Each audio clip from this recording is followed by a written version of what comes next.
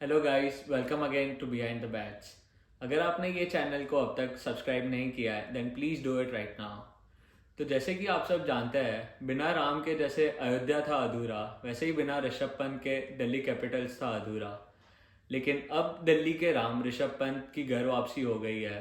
तो अब देखना ये होगा कि क्या ये साल होगा दिल्ली कैपिटल्स के नाम। ऋषभ पंत के साथ साथ दिल्ली ने बहुत ही अच्छी टीम बनाई है। So let's dive in and look at the score.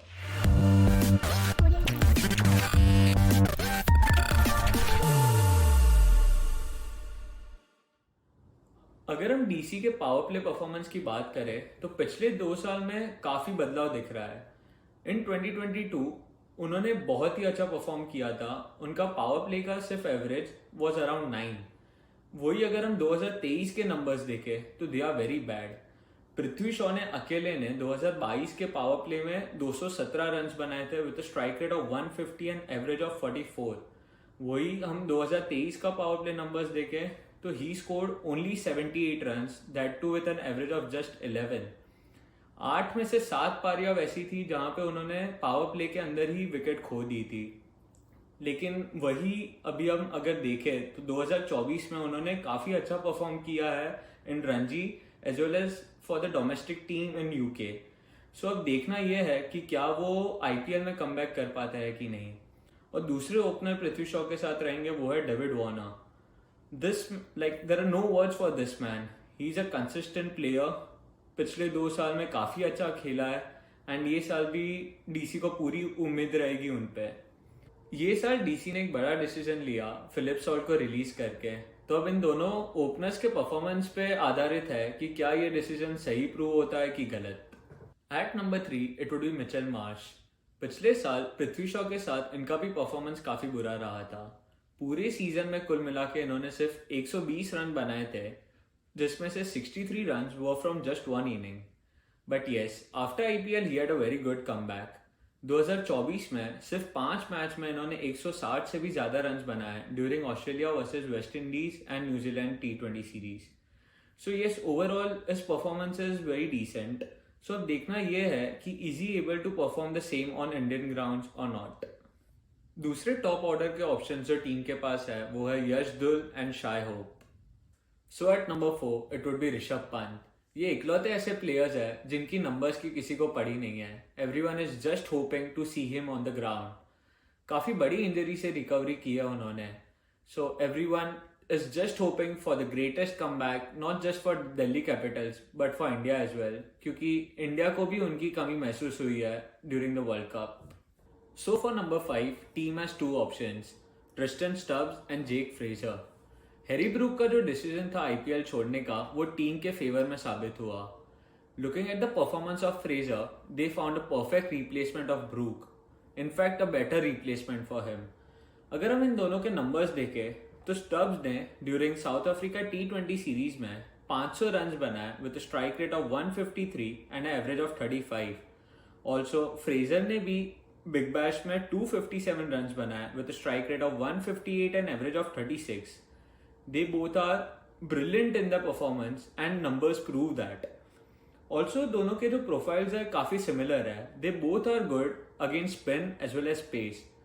But since Fraser is not much experienced, Stubbs will start for DC. But yes, Fraser काफी अच्छे बैकअप ऑप्शन रहेंगे for number 5। अगर हम नंबर 6 की बात करें तो टीम के पास वापस 2 ऑप्शंस हैं, ललित यादव एंड कुमार कुशाग्रा। अगर हम ललित यादव के नंबर्स देखें तो they are not very promising. 2023 के आईपीएल में उन्होंने सिर्फ 66 रन स्कोर किए थे at a strike rate of just 110। 2022 में भी सिर्फ 161 run at the same strike rate of 110। तो नंबर 6 पे उनकी स्ट्राइक रेट काफी कम है। एक बेनिफिट है उनको प्लेइंग 11 में लेने का, वो है कि he is a good all rounder. वो लेग स्पिन बड़ी अच्छी कर लेता है। बट जब सामने हम कुमार कुशाग्रा का परफॉर्मेंस देखे इन रणजी, विजय हजारे, शाहिद मुश्ताक अली और दिलीप ट्रॉफी में, तो इनके ये नंबर्स चिल्ला चिल्ला के कहते हैं कि he is a great finisher and a better batsman than Lalit Yadav. So I feel that at number 6 Kumar Kushagra would be a perfect fit and Lalit Yadav can play as a impact sub option. Axar Patel ने पिछले साल काफी अच्छा परफॉर्म किया था at number 7 for the team. So ये साल भी नंबर 7 पे कोई खास बदलाव होगा नहीं। अक्षर पटेल पहले से अच्छे बॉलर तो थे ही टीम के लिए, लेकिन जब से उन्होंने अपनी बैटिंग इंप्रूव की है तब से वो एक कंसिस्टेंट फिनिशर और एक रिलायबल ऑलराउंडर भी बन चुका है। अगर हम उनके 2 साल के नंबर्स देखें 17 से 20 ओवर के बीच में, तो उन्होंने 180 की स्ट्राइक रेट पे 240 से भी ज़्यादा रन्स बनाए हैं। 2023 में दिल्ली ने काफ़ी बुरा परफॉर्म किया था और उसके पीछे की एक वजह है कि स्पिनर्स मिडल ओवर में विकेट्स नहीं ले पा रहे थे, और यही प्रॉब्लम है अक्षर पटेल के साथ भी। उनकी इकोनॉमी तो काफ़ी अच्छी होती है, लेकिन उनका जो विकेट टेकिंग पावर है वो काफ़ी कम है। ये जगह अगर वो खुद को इम्प्रूव कर लेता है तो टीम के लिए काफ़ी इम्पैक्टफुल रहेगा, and since he is a senior bowler he needs to stand up for the team. दूसरा स्पिनर जो ये टीम में है वो है कुलदीप यादव। 2022 में बहुत ही अच्छा खेला उन्होंने, लेकिन इन 2023 again the same, very economical but number of wickets बहुत ही कम। बट पोस्ट आईपीएल जब हमने उनका इम्प्रूवमेंट देखा in the West Indies and south Africa series, तो अब देखना यह है कि क्या कुलदीप यादव अपना ये रंग दिल्ली कैपिटल्स के लिए ये साल दिखा पाते हैं कि नहीं। तीसरे स्पिनर जो ये टीम में है वो है प्रवीण दुबे। वो एक डिसेंट स्क्वाड ऑप्शन तो है, लेकिन उनके लिए टीम में जगह बनाना काफी डिफिकल्ट रहेगा। अगर हम दिल्ली कैपिटल्स के पिछले 2 साल के पावर प्ले परफॉर्मेंस की बात करें तो 2022 में वो नीचे से फर्स्ट आए थे पूरे 18 विकेट्स के साथ, और 2023 में भी सिर्फ 19 विकेट। इस साल उनके पास ऑप्शन भी था कि ऑक्शन में कोई अच्छे स्ट्राइक बॉलर को टारगेट करे लाइक जेराल्ड कोच और पैट कमिंस, जो इनको विकेट्स लाने में हेल्प कर सके, but no, they didn't, they miss the train. तो टीम में जो पहले पेसर है वो है नॉट गिया, जो टीम के लिए तो प्राइम बॉलर है, बट इनके नंबर्स तो कुछ और ही कहते हैं। पिछले 2 साल में इनके पास सिर्फ 8 विकेट्स थी in power play and 8 wicket in death overs. फिलहाल तो ये इंजर्ड है, बट टीम के पास इनको रिप्लेस करने के लिए भी कोई अच्छा ऑप्शन नहीं है।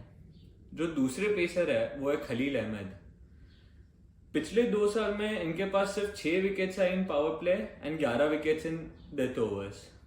इनकी इकोनॉमी पावर प्ले में तो हमेशा 7 के नीचे रही है, लेकिन वहीं पे डेथ ओवर्स में हमेशा 11 के ऊपर। तीसरे पेसर है वो है मुकेश कुमार। पिछले साल पूरी 1 विकेट इनको मिली थी इन पावर प्ले और 2 विकेट इन डेथ ओवर्स। चौथे पेसर है ईशांत शर्मा, फर्स्ट गुड और decent pacer in the team.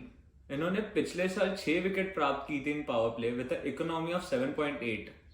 कोई तो है जो टीम को बचा सकता है। फिफ्थ पेसर जो टीम में है वो है जय रिचार्डसन, पूरे 8 wicket in 3 season of big bash. अगर किसी टीम को आईपीएल में कप जीतना हो तो उनका बैटिंग और बॉलिंग में इक्वल बैलेंस होना चाहिए। डीसी के लिए बैटिंग वाले तो रन्स बना लेंगे, लेकिन वो रन्स डिफेंड करेगा कौन? अकेले स्पिनर्स तो कर नहीं पाएंगे, किसी पेसर का सपोर्ट चाहिए उन्हें विकेट्स लाने में भी। इनकी टीम देख के तो नहीं लगता कि पेसर्स के साइड से कोई खास सपोर्ट मिलेगा उन्हें। ये देख के तो ऐसा ही लग रहा है कि ये साल दिल्ली कैपिटल्स के कोई खास चांसेस है नहीं कप जीतने के। बट यस, इन्होंने अभी तक एन गिडी का कोई रिप्लेसमेंट साइन नहीं किया है। अगर ये एंड मोमेंट पे कोई अच्छा इम्पैक्टफुल पेसर ला सकता है टीम में, तो शायद कोई चांस बनता है इनका to be one of the champions, और एल्स इन्हें ऊपर वाला ही बचा है। So this is how the playing 11 of Delhi capitals will look like. Also the impacts of options are Lalit Yadav, Mukesh Kumar and Pravin Dubey. अगर हम टीम के स्ट्रेंथ की बात करें तो इनका बैटिंग लाइनअप काफी स्टेबल है। ऑल्सो इनके पास अच्छे बैकअप ऑप्शंस भी है।